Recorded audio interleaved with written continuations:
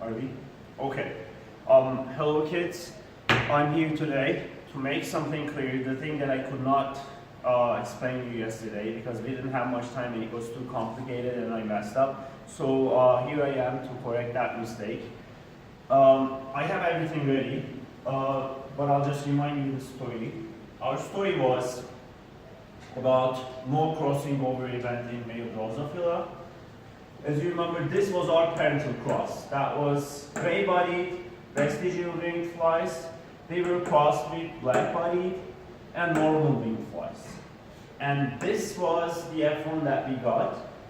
And in an F1 cross, Morgan and his colleagues, they observed that there wasn't a single lowercase b and lowercase v individual. That is a double recessive, a black-bodied and vestigial fly. There wasn't any flies having this genotype and this phenotype. So they went on to conclude that one of the lowercase b gametes, just one of them missing, but not two. So today I'll explain you how they did come up with this explanation, and how did they know that it was just one, but not two. You can pause now. Okay. So kids, as I told you, they hypothesized that one of these lowercase gametes was missing. Let's simulate that one. I'm just going to erase this one, and that's going to end up with removal of all of these. Okay? Now I'm assuming one of the genders is not contributing this gamete, not anymore. Okay? I'll assume this. So, in order to find some traces that will lead us to the presence of just one of these lowercase gametes, our key lies in this column here, the column that's below here. So some of this will give us the clue. So I will examine these, all of these closely. Now let's start with this one. Okay? Since we cannot see the genotypes of these flies, we can only see the phenotypes, and that is a dominant phenotype, a gray-bodied and normal winged fly. Okay? And this is a gray-bodied but a vestigial winged fly, and this is black-bodied but normal winged fly. But again, here you see in this two we have the presence of or expression of the recessive trait. Okay? Nothing really special about this one because this one is present all over this Punnett square. This is the most common phenotype actually. Okay?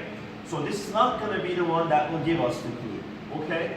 These two will be our clues. So I'll examine this closely. You can pause this. No.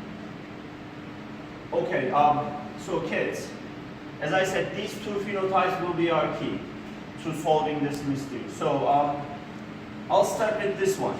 Actually, you can choose either one. Just one will be enough and you'll understand why in the end. So I'll just take this one, this phenotype.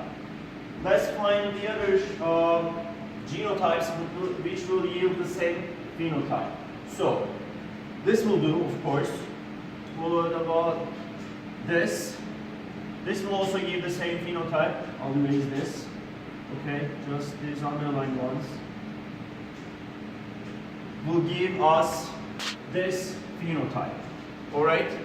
So what we have to do in this case is we are going to take all these phenotype individuals, alright, isolate them from F2, take them, put them all in the same culture. Okay? That way we can do, I'll move on to this side.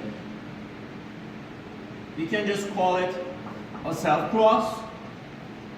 Okay, we are just going to take these phenotype individuals and put them into the same bottle, and that's a bottle.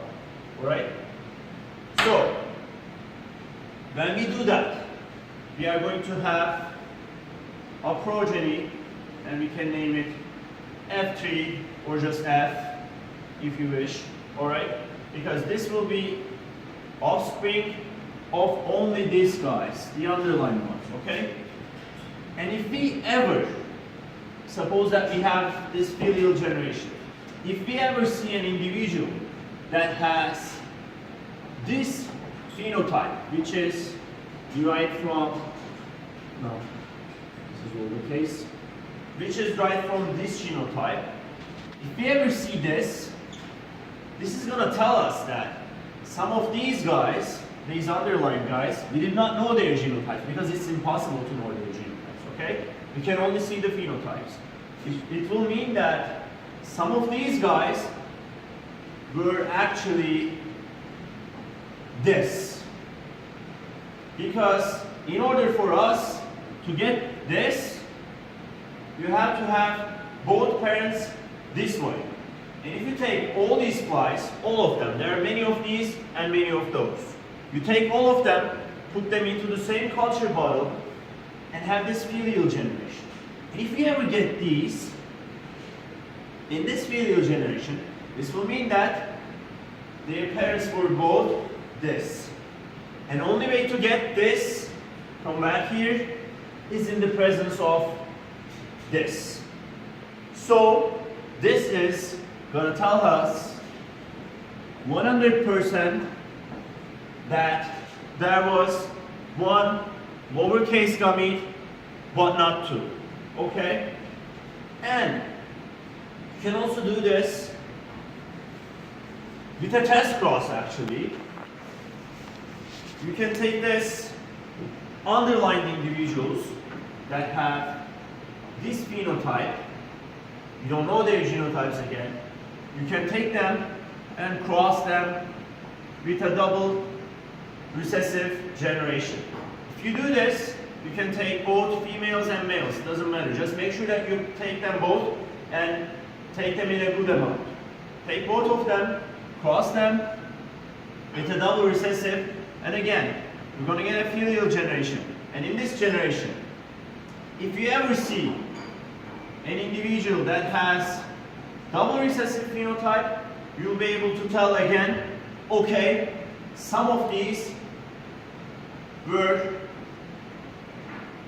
this genotype 100%. Okay? Because that's the only way to get this in this filial generation as an offspring again, when you have this and that together. Alright? So this is a test cross. This again proves us that if we get this, we are 100% sure that some of our underlying progeny had this genotype actually, and the only way to get this is when we have this. Alright? Now, you can do all of these for this phenotype as well. Instead of this, you can pick this, but you don't need to, because either one is okay. You can pick this or that. This still tells us that there was one lowercase gamete present, and that's it. And this is the end of the story, kids. Thanks for watching, and I hope you get this, because you'll be responsible from this part. See you soon. You can end this.